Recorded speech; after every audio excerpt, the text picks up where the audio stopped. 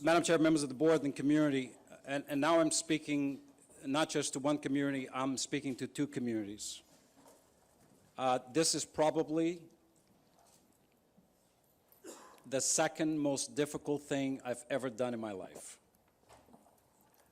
The very first one was to leave my country. This is the second most difficult thing, second most difficult decision. And I want to speak first, Madam Chair, to the people of New York, to Mayor de Blasio, to his staff, to law enforcement who I met while in New York City. Mayor de Blasio is one of the most honorable individuals, one of the most keen intellects in our nation today. He is transforming America's premier city. He is empowering the weak. He is giving voice to the voiceless. To say that there isn't political alignment between Mayor de Blasio and myself would be a lie.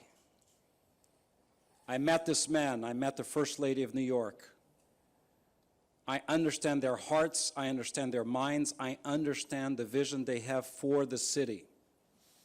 And I can tell you that that is a vision that I embraced. As I said earlier, the decision that I have made about that position is, however, a decision I can no longer sustain. I am breaking an agreement between adults to honor an agreement and a pact I have with the children of Miami.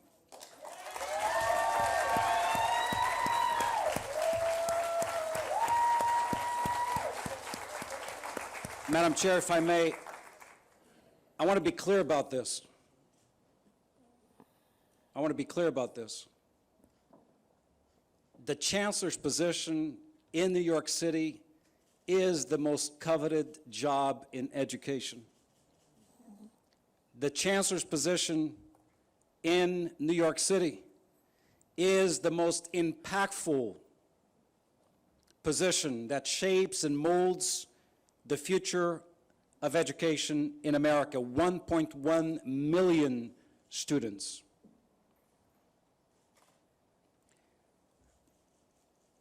I had made a decision about that position.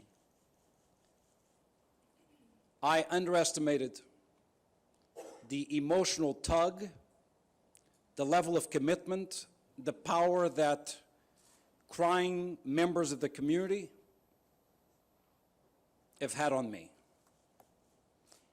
And Madam Chair, against probably my personal best interest, I am making a decision and announcing a decision today after speaking with the Honorable Mayor Bill de Blasio that I shall remain in Miami-Dade as your superintendent.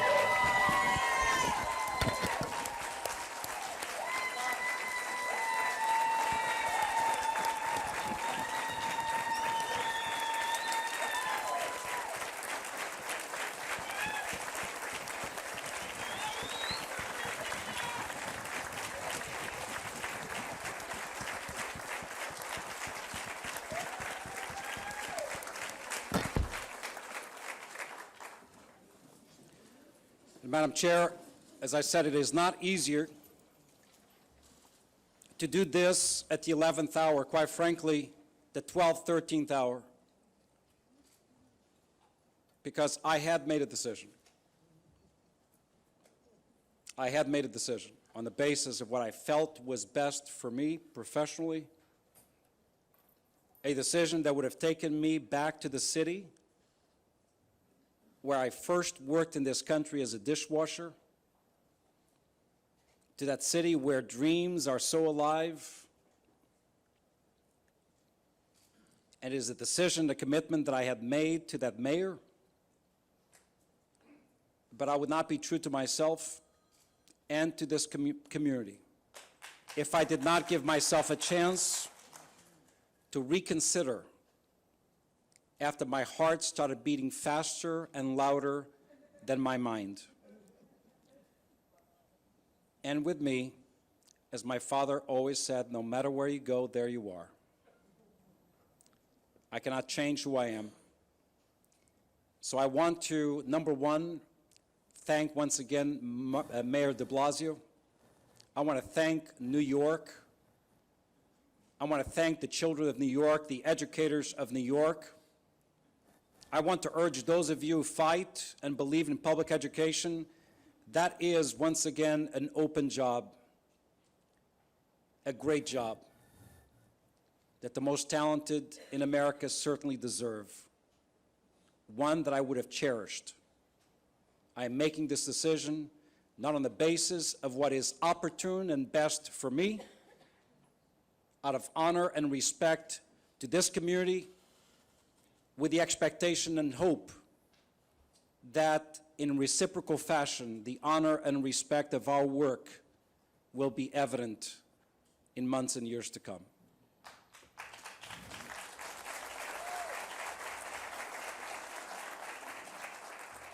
With that said, Madam Chair, thank you for your trust. Thank you, Mayor de Blasio, for your trust. I am sorry that our short-term friendship did not grow beyond the fantastic conversations and hopes for both of our communities. I am eternally grateful and appreciative,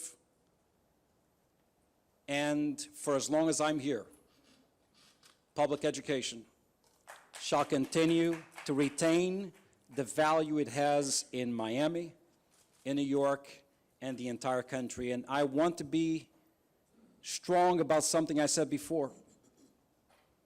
If you counted, I outlined 10 different things that I felt were very important. And I said that before any further consideration or decision, just to remind everybody that I am not changing. My ways are forceful, my ways are direct, my ways are the way of a teacher and a child. I am driven by conviction, never afraid to take on a challenge. Last night, the challenge was New York City.